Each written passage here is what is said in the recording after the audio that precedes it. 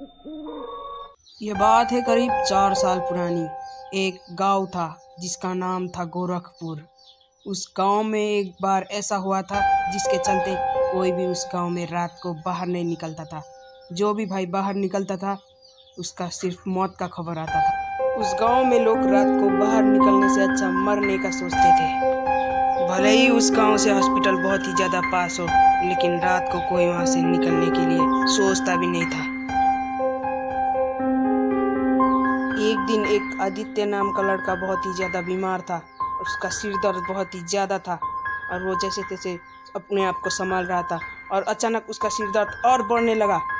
उसका सीमा शक्ति सहन से बाहर हो चुका था। उसका दर्द बर्दाश्त से बाहर हो रहा था। बस अब और नहीं, इस दर्द को सहने से ज़्यादा तो मैं बाहर ही जाके मर जाऊं। अब मेरे से बर्दाश्त नहीं हो रहा, मैं जा रहा हूँ बाहर, भले ही मेरे को वो मारी क्यों ना दे, मैं दवाई लेने जाके रहूंगा। इतना कहते ही वो बाहर निकल गया और उसने अपने कान में रुई लगा दी। उसने रुई इसलिए लगाई कि इस गांव में ये भी कहना था जो भी उस भूत का आवाज सुनता था वह देखता था वो वहीं मर जाता था। बाहर बहुत तेज हवा चल रही थी। उसके मन में बहुत डर था। वो पसीने से पूरा भीग चुका था। अचानक उसके सामने उसने कुछ देखा। उसके बड़े बड़े दांत थे। वो कुछ कह रहा था बट उसको सुनाई नहीं दिया क्योंकि उसने कान में रुई लगाया था। दोनों आमने सामने। क्या होगा अब इसका, ये बच पाएगा या नहीं, देखते हैं, बने रहिए। इस राक्षस ने कईयों को मारा है। जो भी इसको देखता था वो जिंदा नहीं बचता था। अब इसने भी इसको देख लिया है, अब इसका क्या होगा। दोनों आमने सामने हो गए थे। वो धीरे धीरे से सामने आ रहा था। उसके ठचक ठचक ठचक करके आ रहा था और वो उससे कह रहा था, मेरे को छोड़ दो, मैंने तुम्हारा क्या बिगाड़ा है, मैं बस दवाई लेने जा रहा हूँ। और दोनों ने दोनों को देखा और वो हंसने लगा। हा हा हा हा हा हा हा हा हा हा हा। उसने उसको मारकर उसकी लाश को गायब कर दिया और उसने फिर से एक नया हत्या कर दिया। आइए जानते हैं ये राक्षस कैसे बना। क्या कह रहे हो, वो खेत तो तुम्हारी थी बट उसने ले ली, कैसे, तुमने क्यों दिया उसको? बोले तो पुष्पराज झुकेगा नहीं, पुष्पराज झुकेगा नहीं साला। और वो उस आदमी के पास चला गया जिसने उसकी जमीन ली थी। अबे क्यों बे, तुझे डर नहीं लगता? उसकी जमीन उसको दे देना वापस। मैंने उसको ठिकाने लगा दिए, अब वो आपको अपनी जमीन दे देगा। और उनको उनकी जमीन भी मिल गई। पुष्पराज ने मेहनत से कमाए हुए पैसे से अनाज खरीद के स्कूल को दे दिया। इसीलिए सारे गांव वाले मिलके उसका शुक्रिया अदा कर रहे थे। पर इस कल्लू डॉन को उस बात से बहुत गुस्सा आ रहा था। इसीलिए उसने पुष्पराज को मारने के लिए सोचा। इसको तो मेरे को जैसे भी करके मारना पड़ेगा, इसकी वजह से मेरा इज्जत गांव में नहीं हो रहा। जाओ जाओ, तुम किसी एक को मार के आओ और उसका आरोप पुष्पराज को लगा देंगे। इतना कहते ही उन लोगों ने एक बंदे को मार लिए और उन लोगों ने उस मरे हुए आदमी के बाला पर पुष्पराज का नाम लिख दिया। इससे गांव वाले को लगा कि पुष्पराज ने ये कांड किया और गांव में जितने भी हादसे होते थे सब में पुष्पराज का नाम लिख दिया जाता था। इसीलिए गांव वाले को उनके ऊपर से पूरा भरोसा उठ गया था।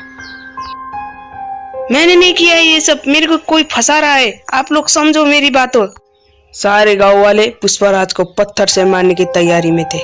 सबने पुष्पराज को एकदम से बहुत सारे पत्थर फेंके जिसकी वजह से वो वही गिर गया और उसकी मौत हो गई। और वो कल्लू डॉन बहुत ही ज्यादा खुश हो गया। तुम लोग जाओ और इस पुष्प के लाश को जंगल में फेंक आओ, जानवर खा लेंगे। साला कहता था झुकेगा नहीं झुकेगा नहीं, अब देखो झुक गया। पुष्पराज की आत्मा उधर से बाहर निकल आई उसके शरीर से। अचानक से उसकी भयंकर मुंह थी, लंबे लंबे दांत थे। और पुष्पराज ने कहा, मैं इस पूरे गांव को शमशान घाट बना दूंगा, एक एक का बदला लूंगा। पहले तो उसने उस कल्लू डॉन को मार दिया। उसके बाद वो गांव वाले को चुन चुन के मार रहा था। वो लोगों को मार के लिखता था, पुष्पराज झुकेगा नहीं साला। उस वजह से गांव लोगों को पता चल गया था कि वो पुष्पराज की आत्मा सबको मार रही है। गांव वाले पुष्पराज से तंग होके तांत्रिक बाबा को बुलाने गए। वो बाबा कोई छोटे मोटे तांत्रिक नहीं थे, वो बहुत बड़े तांत्रिक थे। और उन लोगों ने बाबा को पुष्पराज के बारे में सब कुछ बता दिया था। वो बाबा चले गए पुष्पराज के सामने और अचानक पुष्पराज भी उनके सामने आ गया। दोनों के सामने थे।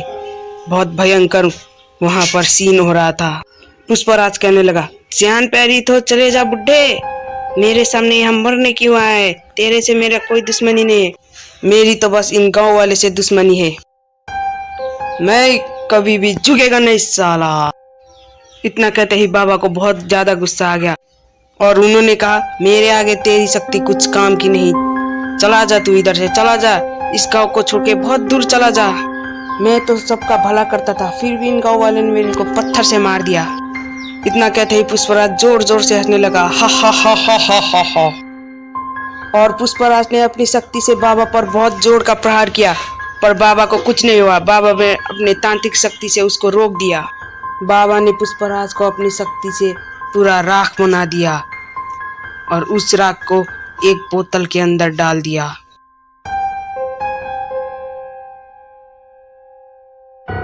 इतना करते ही बाबा ने कहा, पुष्पराज की आत्मा इस बोतल के अंदर ज्यादा दिन तक नहीं रहेगी, क्योंकि इसकी आत्मा बदले की आग पे बहुत ही ज्यादा पागल हो चुकी है।